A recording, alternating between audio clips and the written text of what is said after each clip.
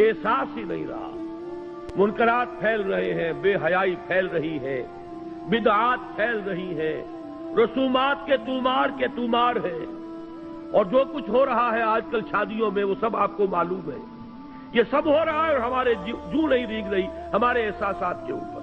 معلوم ہوا کہ وَلَيْسَ وَرَاءَ ذَلِكَ مِنَ الْإِيمَانِ حَبَّةُ خَرْدَلٍ. ہم اس کے زمرے میں آ رہے ہیں. اللہ تعالیٰ معاف فرمائے اور ہمیں ایمان کی تجدید کی توفیق عطا فرمائے.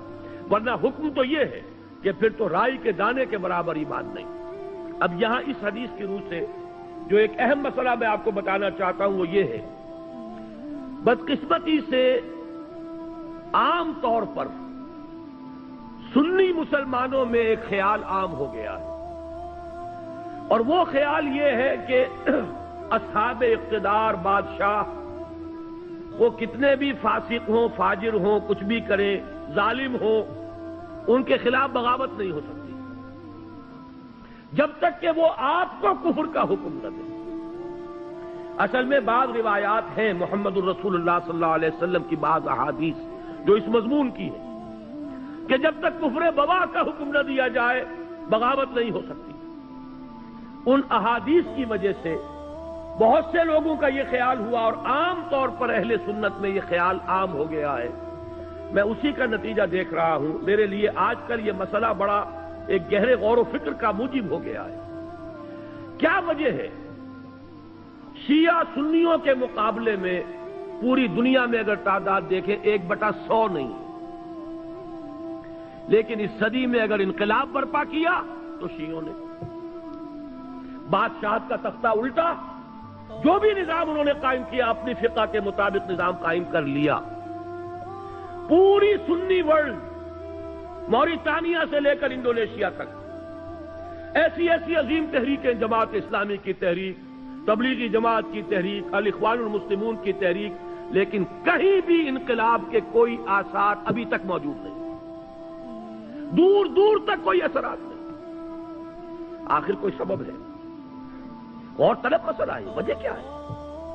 یہ سنی جو ہے یہ سن کیوں ہو کر رہ گیا ہے؟ کوئی نہ کوئی فکر کے اندر، سوچ کے اندر، نظریے کے اندر کوئی غلطی ہے. بات سمجھ لیجئے. آج جیسا کہ میں نے عرض کیا، میں نے بڑا سینسیٹیو ایشو ہے، آج تک کبھی اس پر گفتگو نہیں کی ہے، لیکن کچھ دنوں سے شدت کے ساتھ میں سوچ رہا ہوں وجہ کیا ہے. جان ہی نہیں پڑتی کہیں، معلوم ہوتا مردہ ہے.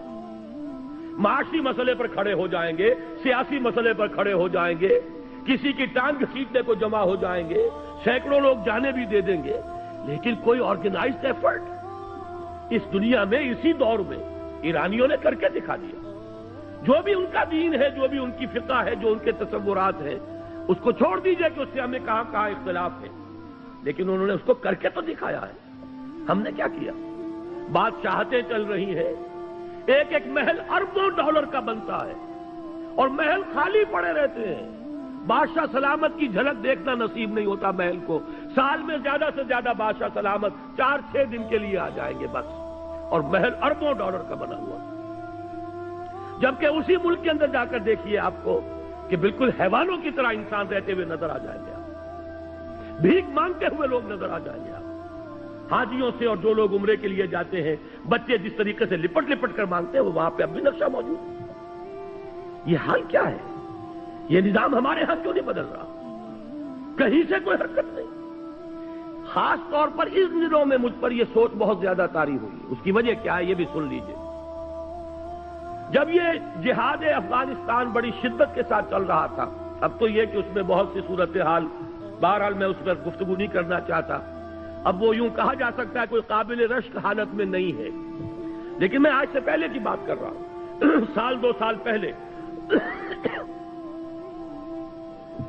روسیوں کے وہاں سے جانے سے پہلے جو شکل تھی، اس وقت ایک بات متواتر سننے میں آ رہی تھی کہ جہاد افغانستان کا فال آؤٹ، یہ جو ترکستانی ریاستیں ہیں رشیا کی، USSR کی، یہ سمرقند اور بخارا، یہ ریاستیں، ان میں بڑے اثرات پھیل رہے ہیں اس کے.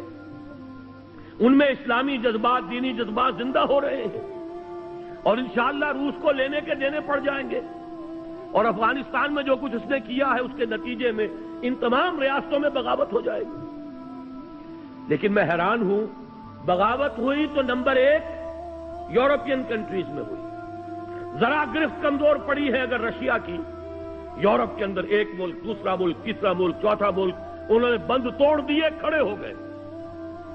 پھر یہ کہ روس کی جو اپنی ریاستیں ہیں، بالٹک سٹیٹس کے اندر، لوتھیانا وغیرہ کے اندر بغاوت ہو گئی، جا کر گورباچوف نے معافیاں مانگی ہیں، خوشامدیں کی ہیں، خدا کے لیے ہم روسی دستور کے اندر سیسیشن کے لیے پروویژن پیدا کر دیتے ہیں، اس وقت جو ہے علیحدہ نہ ہو، آئندہ کے کسی مرحلے کے لیے باقاعدہ ہم دستوری راستہ کھول دیں گے، لیکن اس کا نہیں۔ اس کے بعد اگر کوئی بغاوت ہوئی تو آذربائیجان میں ہوئی ہے، جہاں شیعہ مسلمان آباد، یہ سنی ساری ریاستیں سن پڑی ہوئی ہیں، ابھی تک کوئی خبر نہیں ہے کہیں سے، نہ سمرقند سے، نہ بخارا سے، کہیں سے کوئی خبر نہیں، کوئی حرکت نہیں۔ اس کی وجہ یہی ہے، میں نے جہاں تک غور کیا، سنی اسلام میں کچھ علماء نے اس خیال کو عام کر دیا ہے کہ حاکموں کے خلاف بغاوت نہیں ہو سکتی، حاکم چاہے کیسا بھی ہو، جب تک کفر کا حکم آپ کو نہیں دیتا آپ بغاوت نہیں کر سکتے۔ وہ اپنے محل میں شراب نوشی کرتا ہو، بدماشی کرتا ہو، کرتا رہے، لیکن بغاوت صرف اس وقت ہوگی جب آپ کو کفر کا حکم دے۔ اس خیال نے سنی کانسیپٹ جو ہے اس کے اندر ایک طرح کا پیسو انداز پیدا کر دیا ہے، وہ ایکٹیو انداز جو چیلنج کرنے والا انداز ہے وہ آج ہمیں پورے سنی ورلڈ میں کہیں نظر نہیں آ رہا۔ حالانکہ اب نوٹ کیجئے، یہ حدیث بھی تو موجود ہے، من جاہدہم بیدہ فہو مومن، لیکن یہ کہ ہوتا کیا ہے احادیث کے ضمن میں، جیسے قرآن مجید میں ایک آیت آپ لے لیں، دوسری آیتیں چھوڑ دیں تو آپ کا راستہ جو ہے ٹیڑھا ہو جائے گا۔ ہر شخص کو دیکھنا ہے اس مضمون میں کون کون سی آیتیں آئی ہیں، کہاں کہاں آئی ہیں، ورنہ تو یہ لا تقربوا الصلاۃ وانتم سکارا، انتم سکارا چھوڑ دیجئے تو نماز کے قریب نہ جائیے۔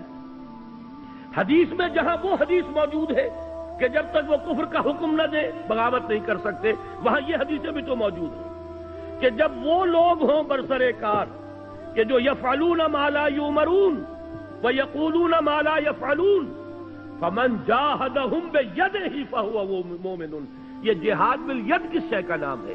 اگر بغاوت نہیں ہو سکتی، اگر ان کے اختیار کو چیلنج نہیں کیا جا سکتا تو یہ الفاظ حضور نے کیوں استعمال کیے؟ من جاہدہم بیدہ فہو مومن ومن جاہدہم بلسانہ فہو مومن ومن جاہدہم بقلبہ فہو مومن ولیس وراء ذلک من الایمان حبۃ خردل۔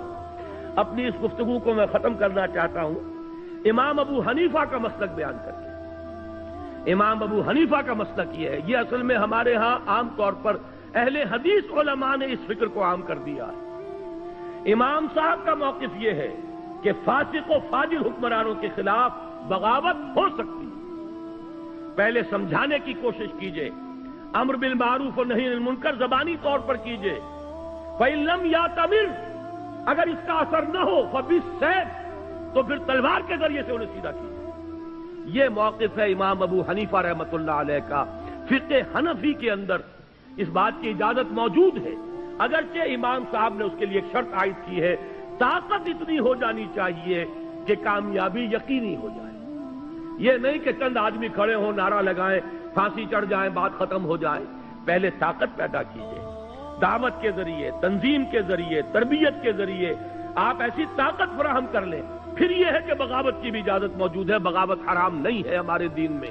یہ بات جو ہے اس حدیث کے حوالے سے نوٹ کر لیجئے، اور یہ کہ امام ابو حنیفہ رحمۃ اللہ علیہ کا وہ موقف ہے، عام طور پر بعض احادیث کے ذریعے سے اور بعض احادیث کے حوالے سے، خاص طور پر اہل حدیث علماء نے جس چیز کو عام کر دیا ہے وہ در حقیقت کوئی متفق علیہ چیز نہیں ہے ہمارے ہاں، بلکہ امام ابو حنیفہ کا موقف یہ کتاب و سنت سے اقرب ہے، نزدیک تر ہے، اور یہ حدیث آج آپ کے پاس متن اس کا موجود ہے، آپ اس کو لے جائیے، غور کیجئے، سوچئے، گفتگو کیجئے کہ جب یہ صورت پیدا ہو جائے کہ یقولون ما لا یفعلون ویفعلون ما لا یؤمرون، جب ایسے لوگ ہوں جو کہتے کچھ اور ہوں، کرتے کچھ اور ہوں، کرتے وہ ہوں جس کا حکم نہ ملا ہو، تو فرمایا فمن جاہدہم بیدہ فہو مومن ومن جاہدہم بلسانہ فہو مومن ومن جاہدہم بقلبہ فہو مومن ولیس وراء ذلک من الایمان حبۃ خردل۔